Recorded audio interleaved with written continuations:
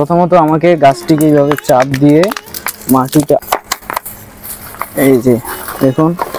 So আজকে আমি আপনাদেরকে দেখানোর চেষ্টা করব এই গাছটি কিভাবে রিপোর্টিং করতে হয় তার সয়েল।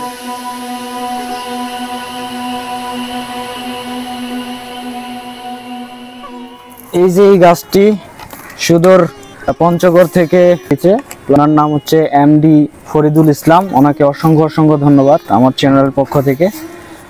সো আজকে আমি আপনাদেরকে দেখানোর চেষ্টা করব এই গাছটি কিভাবে রিপোর্টিং করতে হয় তার সয়েলটা আমি চেঞ্জ করে দিব, কেননা যে সয়েলটা আছে এই সয়েলে গাছটি তুলনামূলকভাবে খুব বেশি ভালো হবে না। তাই আমি চাচ্ছি যে খুব দ্রুত গাছটিকে একটা সুন্দর শেপে নিয়ে আসার জন্য।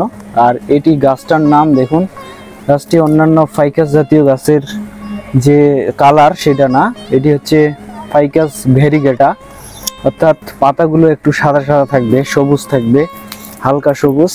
সো এটি হচ্ছে এর বৈশিষ্ট্য। সো ভিউয়ার্স, আমি এই পটটার মধ্যেই জাস্ট মাটিটা একটু চেঞ্জ করে দেওয়ার চেষ্টা করব, এই হচ্ছে আজকের বিষয়। সো আবারও ওনাকে এমডি ফরিদুল ইসলাম ভাইকে আবারও অসংখ্য ধন্যবাদ। প্রথমত আমাকে গাছটিকে এইভাবে চাপ দিয়ে মাটিটা আলগা করে গাছটিকে বের করে নিয়ে আসতে হবে। এই যে দেখুন, এই যে শিকড় মোটামুটি অনেক সুন্দর। সো এখন আমাকে দেখতে হবে, যদিও সবার আগে আমাদের দরকার হচ্ছে ড্রেনিং সিস্টেম। সুন্দর ড্রেনিং সিস্টেম আছে, দেখুন চারদিকে চারটা পানি, অতিরিক্ত পানিটা এটা দিয়ে বের হয়ে যাবে। সো আমাকে এরপর কি করতে হবে দেখুন, যদিও পটটা অনেক উঁচু হয়ে গেছে, সো নো প্রবলেম। আমাকে এই যে ইটের গুটি অথবা আপনারা এর পরিবর্তে হাড়ির ভাঙ্গাও দিতে পারেন, এইভাবে ফুটোগুলোতে দিতে, তাহলে অবশ্যই ড্রেনিং অর্থাৎ সরাসরি মাটিটা ওই গর্ত দিয়ে বের হবে না। এরপর আমি সামান্য মাটি চারদিকে ছড়িয়ে দিব এইভাবে।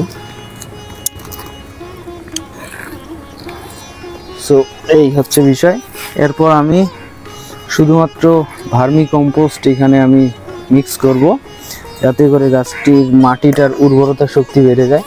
যেহেতু এটি গ্রোয়িং পটে রাখবো, তাই আমাকে অন্যান্য মাটির পরিবর্তে এই মাটিটা এখানে বেশি প্রযোজ্য হবে। দেখুন, এরপর আমি এখানে সমস্ত মাটি দিয়ে গাছটিকে ভালোভাবে তৈরি করার চেষ্টা করব।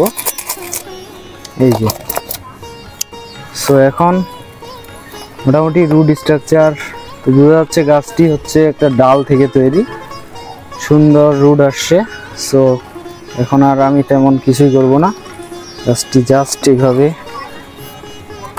আবার সেই পাত্রেই লাগিয়ে দিলাম। সো ফরিদুল ভাইকে আবারও অসংখ্য ধন্যবাদ এরকম একটা গাছ আমাকে উপহার দেওয়ার জন্য। কি বলেন আপনি, তাই না? এরকম গাছ আপনি আগে দেখছেন? হ্যাঁ, গাছের পাতা সাদা, হ্যাঁ সবুজ না হয়ে সাদা হয়ে গেল। হ্যাঁ,